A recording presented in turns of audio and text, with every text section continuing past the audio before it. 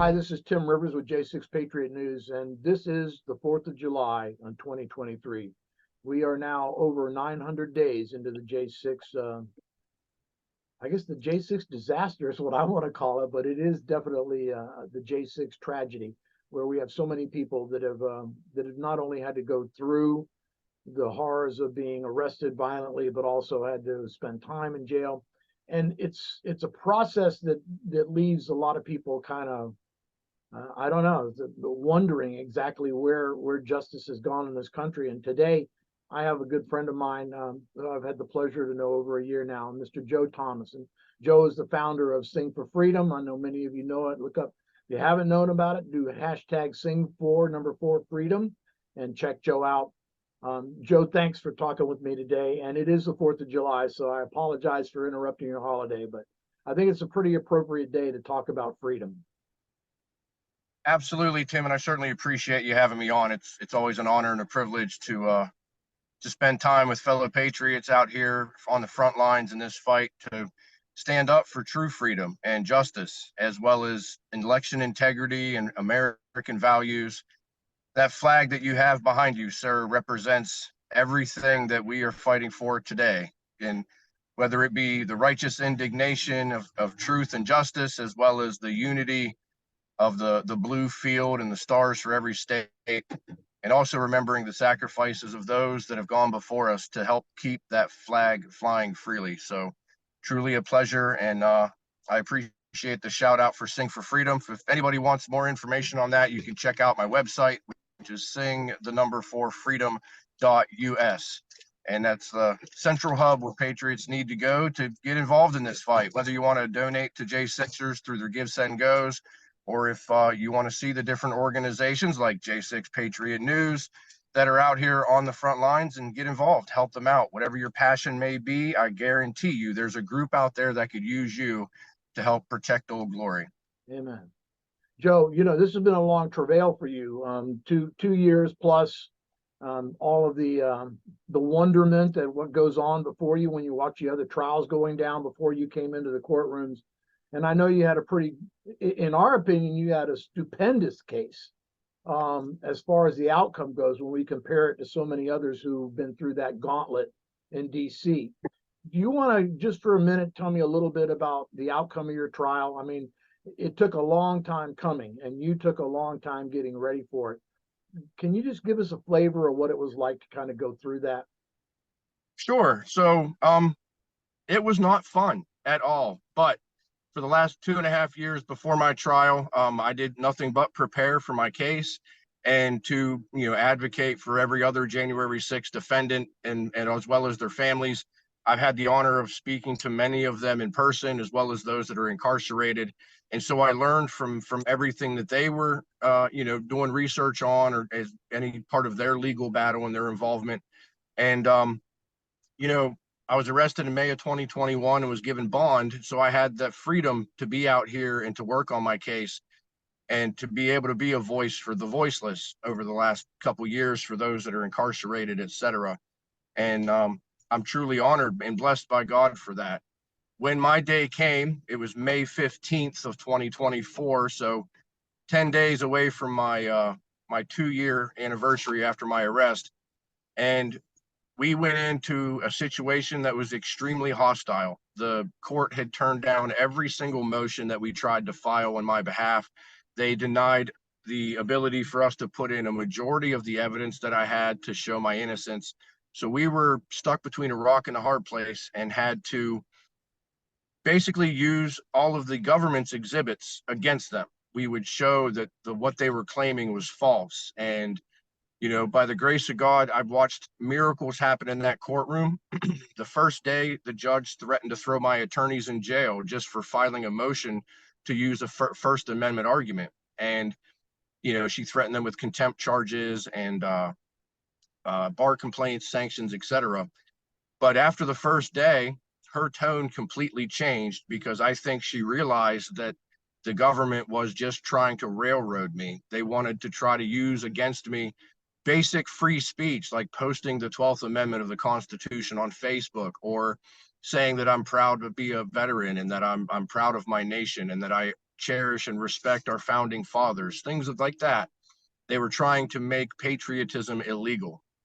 And I have to give a lot of credit to my judge because she saw through the prosecution and actually, at certain points, argued against them on my behalf. And so I know a lot of folks are worried they're not going to get a fair shake in court. And I'm telling you, you're right. You're probably not going to get completely fair trial, but the possibility of fairness still exists. So hold on to that hope, because God can soften the heart of anybody in that courtroom. After my trial was only supposed to last a week, the judge actually gave them a deadline of Friday, but my trial ended up going for a total of 3 weeks. And Whoa. when it was all said and done, we caught cops lying on the stand. We caught the government withholding evidence. We caught them tampering and coercing witnesses out in the hallway, and we completely destroyed their narrative.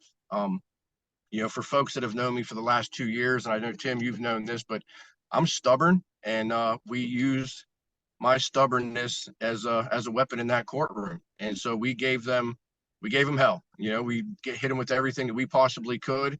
And even though it was a DC jury, excuse me, that, pretty much wanted to fry me just because I was a Trump supporter, they still found me unanimously not guilty of violence on Capitol grounds, violence within a restricted area, and they also found me unanimously not guilty of the 1512C2 charge, which is the big one, of obstruction of an official proceeding. So I was basically found not guilty of the government's narrative. They try to say that anybody involved in January 6th are violent extremists hell-bent on interrupting the election. Well, I was found not guilty of those 3 charges. And I that's had why 2 we say it's a win, because that 1512C, I believe you're beginning to lead a pack now. I think we have 4 dismissals, either 3 or 4 that I know of now. So that is the head narrative that the DOJ uses, 1512C. Everything's about disrupting that function that day, even though we know it was disrupted by the Secret Service because of a pipe bomb at the DNC, not because there were people outside on the steps. So, that's why I say I think we were kind of celebrating a little bit, even though you did have some guilty charges. The fact that those large ones, the ones that involve violence, the ones that involve disruption of that system of election counting that day, those were the ones that would have hurt you the most. Am I correct on that? I mean, when it comes down to possible sentences.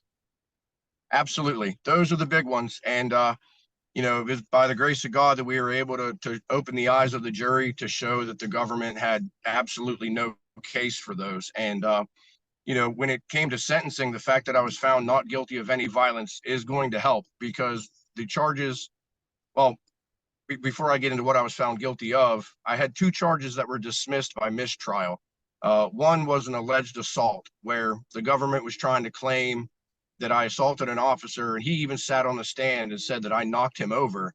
Well, we showed in video that he was putting out a false statement on the stand because it was somebody else that had knocked him over, and that the interaction I had with him is when he was using unlawful lethal force against an elderly man who was laying on the ground. That officer was beating him in the head with a nightstick. And so, because the government changed their story in mid-stride, the court threw that out because their accusations were confusing to the judge, confusing to the court, and confusing to the jury. And plus, I had, as the judge said, I had the right to defend somebody else against unlawful use of lethal force. I was going to say that's lethal force. Striking somebody in the head with a baton is lethal force. I want everybody to understand that. Absolutely. And the other charge that was thrown out by mistrial and eventually dismissed was a disorderly conduct with the intention to interrupt government business. And since they found me not guilty of obstructing the official proceeding, the jury could not come to a consensus on the definition of official government business. And so they ended up throwing that one out as well. But my guilty charges are 2 misdemeanors and 5 felonies. So the 2 misdemeanors were just a normal disorderly conduct, and the trespassing charge of entering and remaining on restricted grounds. Then the felonies are the civil disorder, which Anywhere else would be a misdemeanor, but I was according to gonna the say, federal government, yeah, that's a felony. a felony? And then 4 charges of assaulting, obstructing, interfering, or impeding certain officers. And the fact that I was found not guilty of any violence is important for those charges because they hold assault in the same level as standing in a cop's way. So, stopping to tie your shoe in front of an officer while he's walking or punching him in the face all hold the same punishment, a maximum of 8 years each. And so we will be able to show when it comes to sentencing that the assault element of that charge is going to be thrown out the window. And some of the claims of the officers on the stand are false because I was found not guilty of violence. And that will help minimize those charges when it comes down to sentencing. So I know it's weird for people to hear this, that I was found not guilty of 3, 2 were dismissed, and I was found guilty of 7, but that is a huge win because of the ones that I was found not guilty of. And we set precedent for many other January 6th defendants that are going through this. And one of the officers that we caught lying on the stand, he tried to insinuate that I was responsible for damaging a tarp on the bleachers. And we showed video in court, which is now readily available to the public, that it was actually him that had destroyed that tarp. He was the one that had cut it up with a knife when he was trying to accuse me of it. And so any January 6th defendant that has been punished or has to pay restitution or whatever for the destruction of that tarp, they now have the evidence that they would need to file the appeal to to get rid of that false accusation. Of course, that officer was immediately charged with perjury, placed in shackles and taken out of the room, right? Placed in the gulag? No, sir. He actually just walked away and went right back to work because, again, it's DC. And, rules for thee and not for me tends to be the city motto, in my opinion. Yeah, I just think it's very interesting that you can perjure yourself in a DC federal district court and then just walk away. But if you happen to be within the Capitol grounds and maybe holding a sign or carrying a flag, you're probably going to go to jail for 8 years. This is this isn't even a 2-tier system of justice. This is a complete tier of injustice. There's no way to compare these two treatments of individuals in our justice system today, or the lack of accountability, not only for those who are caught red-handed in their crimes in a federal courtroom and proven to be open liars and to have actually colluded to create other lies, to destroy or hide evidence, to slow walk a case, to even impugn or threaten witnesses, because I've got firsthand testimony that that happens on a regular basis. And yet there's no consequence for that. The judge continues to rule on a case. The case continues to move forward. There's no mistrial. These are serious instances of injustice in our system that cannot be tolerated if the American public is ever to trust its contract with the federal government again. And 100%. 100%. And it's unfortunate that they can get away with things like that. But if I would have given them my wrong shoe size, I'd be sitting in 5 years in prison for perjury. And they do intimidate witnesses. For example, I wanted to bring my wife in to testify, and they threatened her with possible incarceration and investigations and things of that sort. And so we, did some calculation and realized that the risk outweighed the benefit. So I told my wife, don't come to testify because, it's going to open up a can of worms because they wanted to try to destroy my life on top of, this is the same stuff they're doing to everybody else. And this is what I've been screaming about for the last 2 years of just the sheer corruption. They don't care about justice. They just want to win their case for whatever promotional gain that they can and political gain they can make from it. And, but I'm very glad that the way this case worked out, that we were able to, set some very solid ground in defense of every other January 6th defendant that has either been to trial or will be heading to trial soon. And so, my advice to anybody that is in this mess that might be listening is, if you can take it to trial, go for it. Give them a fight for their life because there is a chance you can come out on top. But I don't knock anybody that has to take a plea deal. You have to make decisions of what's best for you and your life and your family. But don't let them bully you into it out of fear, because we are on the right side of history. And there's a lot of ground being laid in these courtrooms that can help you in your cases to expose their corruption. And, you can still come out on top. I found guilty of 7 charges, but the next steps are what they call a Rule 29. And then I get sentenced in September. And then after that, I'll file appeals. The Rule 29 is basically asking the judge to overturn some of those guilty convictions based on her knowledge of the law and the evidence that was presented. And so she can look at the evidence in full and make a decision to overturn anything that I was found guilty of. One of which, for example, the trespassing or entering and remaining restricted grounds. There's a qualifying term in that statute that says knowingly. I had to knowingly trespass and knowingly stay where I wasn't allowed to be. But we proved in court on numerous occasions that there were no signs, that there were no announcements, no PA system was going off saying, hey, you can't be here. And I complied with all of the officers' orders. Anything that they said to do, I did. I was just there to help keep people safe. And so the judge could very well overturn that, because I proved that there was no way I could have known that I was not allowed to be on the grounds at the time. Other examples are one of the officers I was convicted of impeding. He actually sat on the stand and testified that he had never seen me before in his life, that he did not recognize me, even after watching video of what the government claimed as me assaulting him, which really, I reached around him to help a guy that was falling down the stairs. I tried to catch him as he was falling. And so I made very minor contact with the guy, like my hand brushed him, but it was not to harm him or anything of that sort. It was because I was trying to keep somebody from falling down the steps as we were all standing there talking to the police.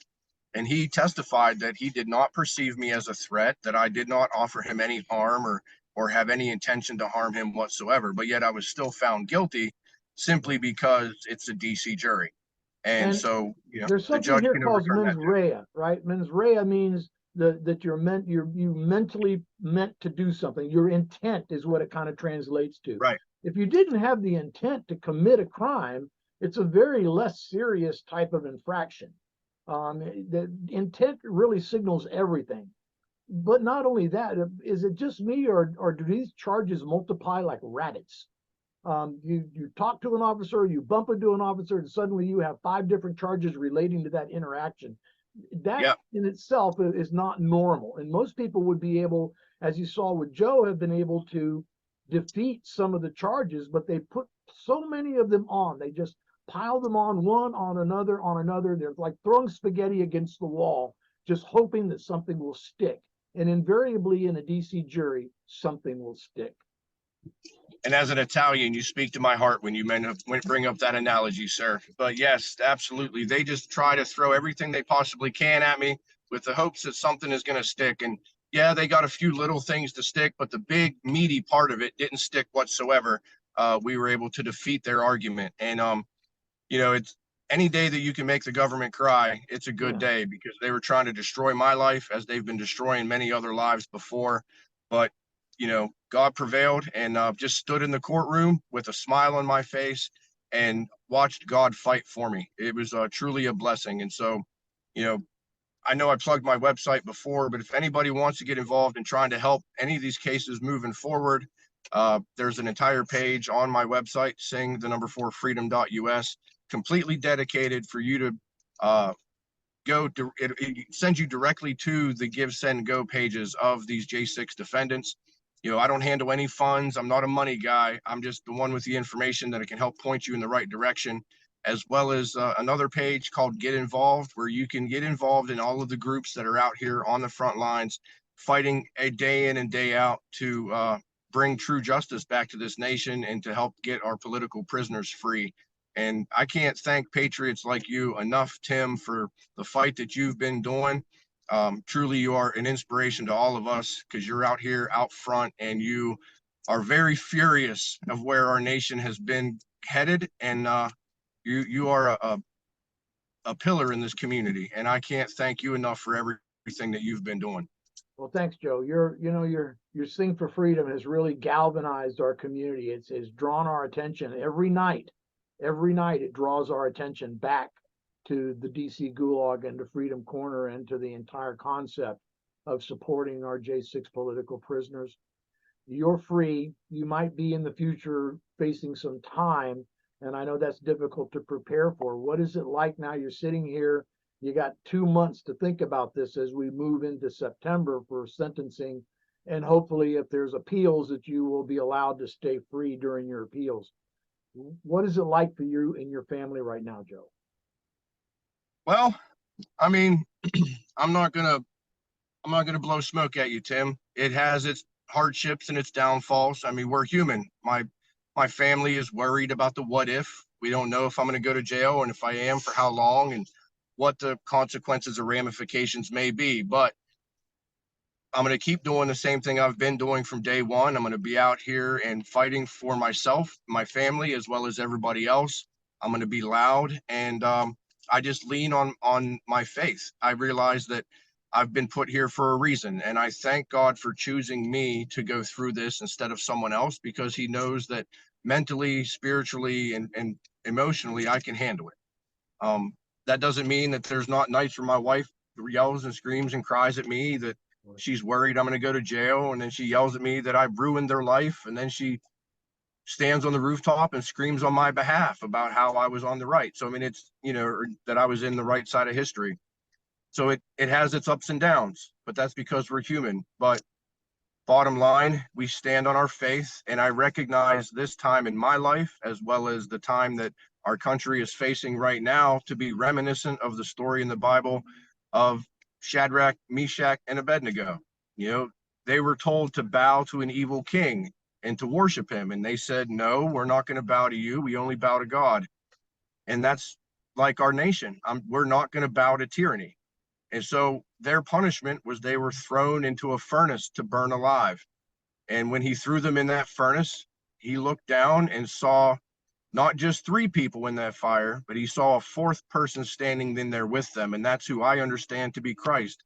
God was in that fire with them, and they walked out unharmed, unscathed. They didn't even smell like the smoke of the flame. And that drove the evil king crazy whenever they walked out unharmed. And he ran off into the woods, and eventually, long story short, became a believer himself. So if we can stand in our faith and understand within ourselves that we may be thrown into the fire, like me, like them, that God goes in there with us and he will spare us from the harm. And then when we come out of this, we're going to come out on top. We're not even going to smell like the smoke of the flame. And we will be able to drive the wicked out of our nation and restore her back to her original glory. And that's how I see this playing out. I tell myself that on a daily basis. I prayed that every day in court, that God will prevail. He's already won. We just have to stand. And the battlefield is not in the streets. I'm not telling folks to go protest or do picket signs because, well, quite frankly, the last protest I went to didn't work out too well. Nope. But the battlefield's in the courtroom. It's in the legislature. It's in the hearts and the minds and the ideology of society. So get out there and speak up. Talk to your neighbors. Say, hey, Jim, something doesn't look right here. Bring attention to what's going on. And God will change things in this country for the better. And with our faith, we can move mountains and we can get the wicked out of here. Absolutely. This is the 4th of July. Our founding fathers went through some very similar fires. Some of them were hung, many of them were in prison. Their homes were burned. Sometimes they lost family members. Children were killed and murdered. But they had a huge community that supported them, that succored them, gave them places to hide, gave them food, took in their children, took in their families, provided food and comfort to them. And we have that for this J6 community, and we will continue to have that until all of our J6 prisoners come home. And so I want to ask all of you to remember that we have a duty. Read your Bible, read Matthew 25, and understand that it's our duty and our privilege to take care of our fellow man when they need us most. And now our J6 prisoners need us most. Please go to Joe's website, which is sing4freedom.us. Drop by and visit us at j6patriotnews.com, and always keep fighting. Joe, thank you so much. We're all praying for you, brother, and we'll be here for you no matter what. This is a great day for America to remember that freedom is never free, and you can keep it in your heart where it can never be touched. Thank you so much, Joe. And thank you, sir. And happy birthday, America. I Amen. look forward to seeing her back in her full glory when this is all done. The after party is going to be lit. Absolutely. It is going to be lit. Thank you, guys. And for J6 Patriot News, have a great 4th of July.